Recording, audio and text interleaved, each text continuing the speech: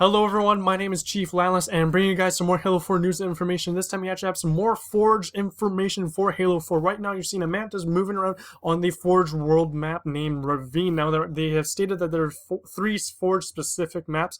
We have the Ravine one that we just saw there, which was debuted at this year's RTX, as well as a brand new one that you're seeing right here called Impact, which is actually believed to be on a moon or just a rather large asteroid. As you can see, there was an asteroid field in the background here, but as you can see, the architecture is actually UNSC themed. A lot of you guys are asking questions, why does all the architecture seem Forerunner related? And they've wanted some more stuff that was actually more human-like and maybe possibly more Covenant-like. That was a big question that a lot of you guys have, and they have actually answered this time. Each of the Forge worlds, all three of them, will have their own different palettes. First off, for the Ravine, it seemed more Forerunner-like. Now we actually get to see that the Impact one, this one right here, is more UNSC themed, which makes me to believe that the third and yet to be unveiled Forge world to actually be, to build upon, has a Covenant palette, which would be really cool and really unique to eventually see what they have in store for a possible Covenant palette. I'm not entirely sure, but right here we get to see Impact and all the UNSC glory. We get to see the UNSC buildings and shapes and structures. This time around in Halo 4's Forge mode, the D-pad is going to be given a lot more usage this time because the D-pad has actually been fully used in the controller scheme. We have that the top button is still being used to change in and out of player mode and monitor mode. For those who do not know, monitor mode is basically the builder mode, and player mode is when you switch into the Spartan mode and you walk around your creation to basically test it. For the other buttons, we have that the right button on the D-pad is used to reset the orientation of an object that you have selected, basically returning it to its original position when you first selected it out of the menu.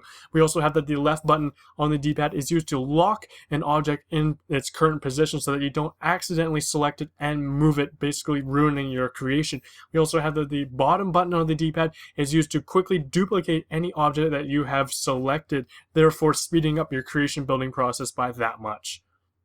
In this segment here, we also get to see the new magnet feature being utilized to attach these two structures together seamlessly and create a smooth transition between both pieces, which definitely removes that tedious tasks that we all had to endure in Halo Reach's Forge mode.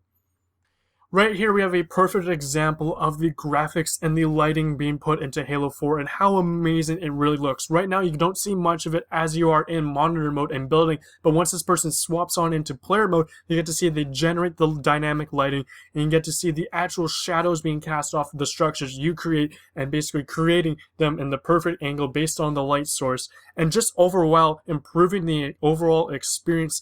I want you guys to take a look at the budget in the lower right hand corner while you're watching this footage. As we can see, the budget is actually listed at $10,000, with many of these larger structures only costing around $10. I am not entirely sure if this is just because this is a designated Forge world map, which would make sense though if that is the case, as many of these objects did seem to cost a lot more in Halo Reach's Forge mode. So I'm wondering if these Forge world maps are allowing us to build more, expand more, and create more compared to other maps that will be on the disc this time around for Halo 4. I do completely understand though if they are going to limit some certain maps that are on disc and leave the major creations to these three Forge worlds. In this segment here, we get to see that yes, man cannons are available to purchase within the Forge menu, as well as we get to see a look at the player trade zones, as well as a brand new one called Gravity Volumes, and I'll let these guys explain.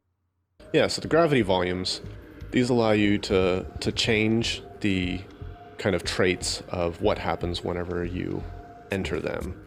This not only affects the player character, but it will affect weapon or vehicles as well. Yeah.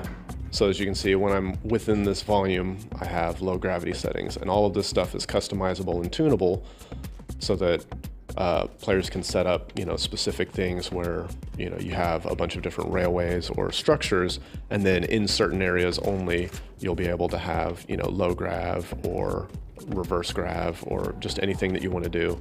So there's plenty of creative things that you can do with the specific traits of the gravity volume. You can actually stack a couple of these gravity volumes together and it compounds itself. In addition to this, you also have the choice to either have something visible in the game or they could actually be invisible. So this could be like little surprises for people, but the possibilities of this is pretty nuts. Here in this part of the footage, we get to see the 3 different deletion features that we have at our disposal, no pun intended. You can either click delete all of these, which pertains to the certain object that you have selected, so it'll delete all of those on the map, or you can go delete by palette, which allows you to delete everything that belongs to a certain group on the map, such as weapons or scenery, or you can go on down and click delete everything, which allows you to completely wipe the canvas clean, except for those objects that you have listed as locked. Those will not be deleted. This will definitely be a very handy tool to use, as it will allow you to clean up your map except for those locked objects, basically allowing you to better utilize your budget. As this definitely reminds me to the days of Halo 3's Forge mode, where you had to fly around and find every last bit object that someone has placed on your map, basically wasting your budget, which was a bit of a pain, and sometimes you just couldn't seem to find everything out there on the map. Now let's take a look at the pre-built map variant called Relay, which is actually constructed on Impact using only UNSC structures. We're taking a look at Relay. This is one of the map variants, one of the Forge variants that we built using the custom Forge pieces on Impact. This shows you kind of how you can put together a complete map without using any of the terrain, just using all of the Forge pieces. You can see that this is a symmetrical 4v4 map.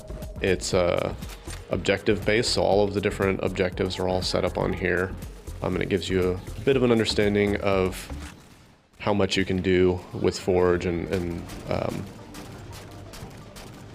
using the unique UNSC palette, kind of how different this looks from the Forge World Halo Reach palette.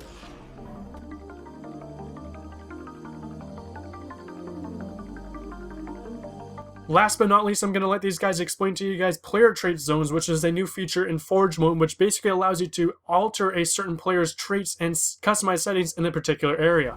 So I'm going to build a few little structures here just so that we have something as a groundwork to work with. You can place a trait zone. You can, scale it to whatever you want.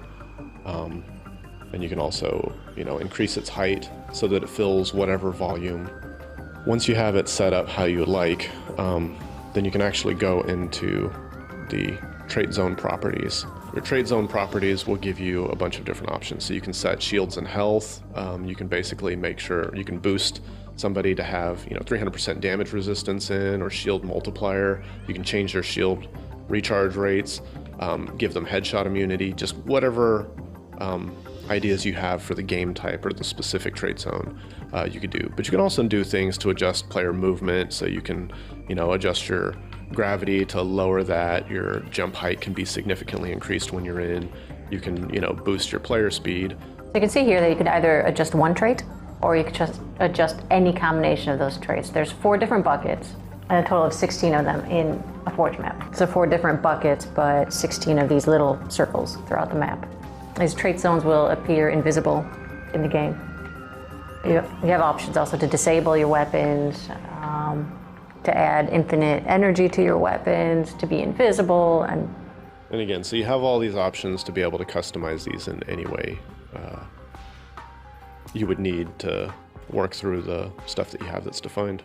So again, using the various large structures and our construction pieces, you can see how you can put together something fairly quickly just using some of the predefined stuff and magnets. But this, in combination with some of the player trait zones as well, lets you do some unique things. So for instance, I've got this thing and you can see clearly that my jump height isn't big enough to get up there, but I'd like to allow that in this map. So you can go in. Yeah, so this is a lot of stuff that you can just mess with for as long as you want. There we go. Oh. Still a bad jump. Right. Bam. Alrighty guys, that is it for me this time around. I hope you guys enjoyed. Leave a like or favorite or share it with your friends on Twitter or Facebook, as it definitely helps out my channel. Stay tuned on my channel though for more Halo 4 news and content to come. My name is Chief Malice and I'm signing out.